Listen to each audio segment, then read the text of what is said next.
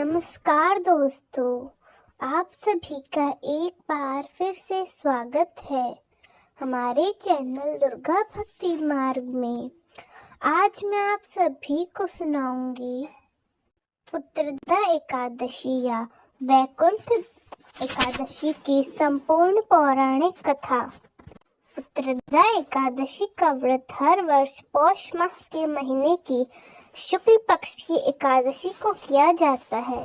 इसे कई स्थानों पर वैकुंठ एकादशी भी कहते हैं।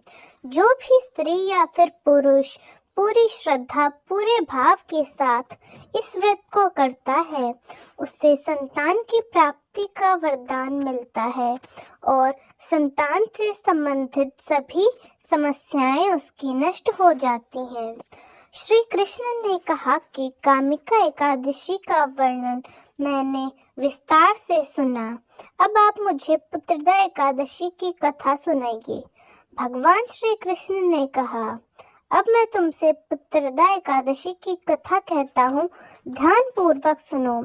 भद्रावती नाम का एक राज्य था। सुकेतु नाम का एक राजा राज किया करता था। राजा सुकेतु की जो धर्म पत्नी थी उसका नाम शव्य था, लेकिन उन दोनों की कोई संतान न होने के कारण वे दोनों हमेशा दुखी रहा करते थे।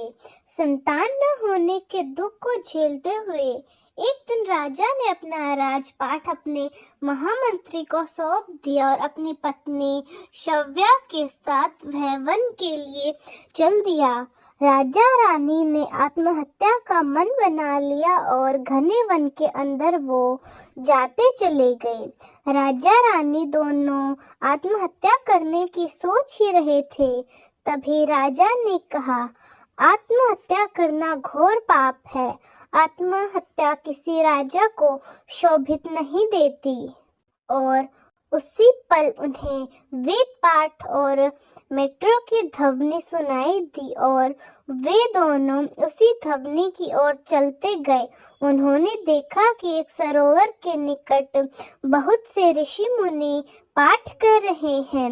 राजा सुकेतु और उसकी पत्नी शव्य ने जब उन ऋषि गणों को प्रणाम किया, राजा सुकेतु अपनी पत्नी शव्य के साथ उन सब ऋषियों की सेवा में लग गए और ऐसा करने से वो सब ऋषि उन पर अति प्रसन्न हो गए और उन्होंने कहा, वत्स मांगो, तुम क्या मांगते हो? तब राजा ने कहा, हे प्रभु, मेरे कोई संतान नहीं है, बस हमें एक पुत्र का वरदान चाहिए।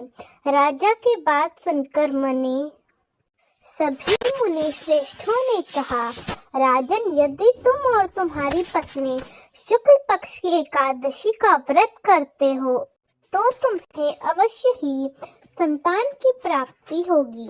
और ऐसा सुनकर राजा और रानी अपने राज्य भद्रावती को वापस चले गए। कुछ ही दिनों के बाद पौष महीने की एकादशी तिथि आई। फिर राजा सुकेतु और रानी शव्य ने पूरे श्रद्धा भाव से एकादशी यानी कि पुत्रदा एकादशी का पूरी श्रद्धा भाव के साथ व्रत किया, जिससे भगवान विष्णु उन पर बहुत प्रसन्न हुए और उन्हें संतान की प्राप्ति का वरदान दे दिया। कुछ दिनों बाद रानी शय ने गर्भ धारण किया और 9 महीने के बाद एक सुंदर बालक को जन्म दिया। राजा रानी तेजस्वी पुत्र पाकर धन्य हो गए और कहा जाता है कि कोई भी व्यक्ति अगर श्रद्धा रूप से भगवान विष्णु की पूजा अर्चना करता है और पुत्रदा एकादशी का व्रत श्रद्धा भाव से करता है, उसकी सभी मनोकामनाएं पूर्ण होती हैं। तो दोस्तों, कैसी लगी आपको हमारी आज की कहानी? कमेंट्स में ज़रूर बताएं। धन्यवाद।